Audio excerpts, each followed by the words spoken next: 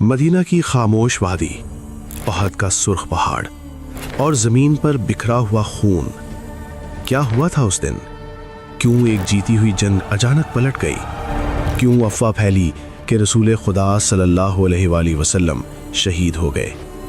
یہ ہے تاریخ اسلام کا وہ معرکہ جس نے امت کو اطاعت، صبر اور اتحاد کا سبق سکھایا۔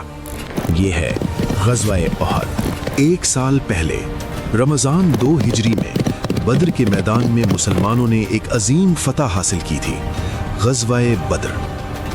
قریش کے بڑے سردار مارے گئے، مکہ کی طاقت کو دھچکا لگا، لیکن شکست کے بعد قریش خاموش نہ بیٹھے۔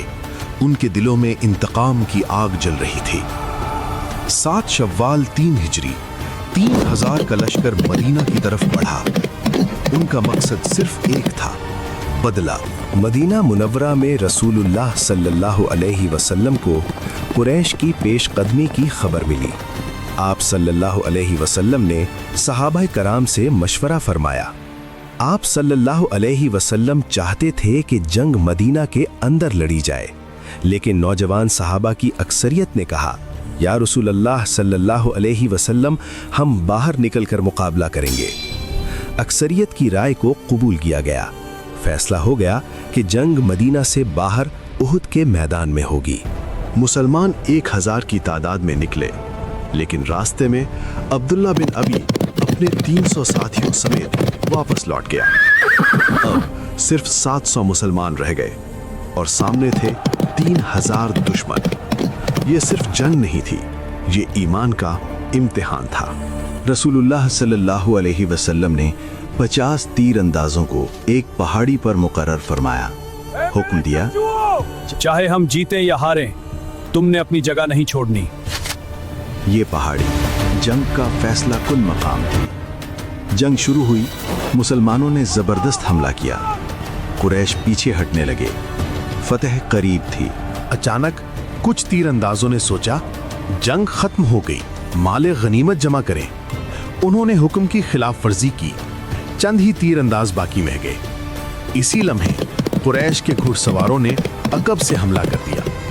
میدان کا نقشہ بدل گیا، صفیں ٹوٹ گئیں، افراتفری پھیل گئی۔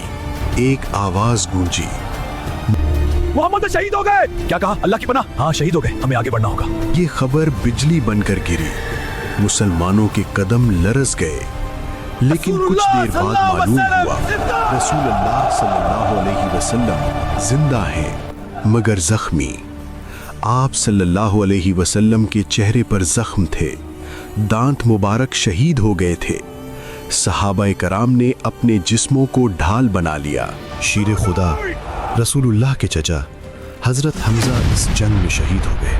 یہ لمحہ مسلمانوں کے لیے انتہائی دردناک تھا۔ یہ قربانی رائے گا نہیں جائے گی۔ جی ہاں، ہم آگے بڑھیں گے، ہمارے بھائی کا بدلہ لینا ہے۔ تو پھر چلو، وقت سب تیار ہو جاؤ۔ اللہ تعالیٰ نے اس واقعے کا ذکر سورہ آل عمران میں فرمایا۔ آیت 121 میں ارشاد ہوا کہ اللہ نے اپنا وعدہ سچ کر دکھایا، لیکن جب تم نے کمزوری دکھائی اور حکم کی نافرمانی کی تو حالات بدل گئے۔ پھر بھی اللہ نے معاف فرما دیا۔ یہ شکست نہیں تھی، یہ تربیت تھی۔ یہ جنگ مکمل فتح یا مکمل شکست نہ تھی۔ مسلمانوں کو نقصان اٹھانا پڑا، 70 صحابہ شہید ہوئے، لیکن قریش مدینہ پر قبضہ نہ کر سکے۔ یہ معرکہ ایمان کے استحکام کا ذریعہ بن گیا۔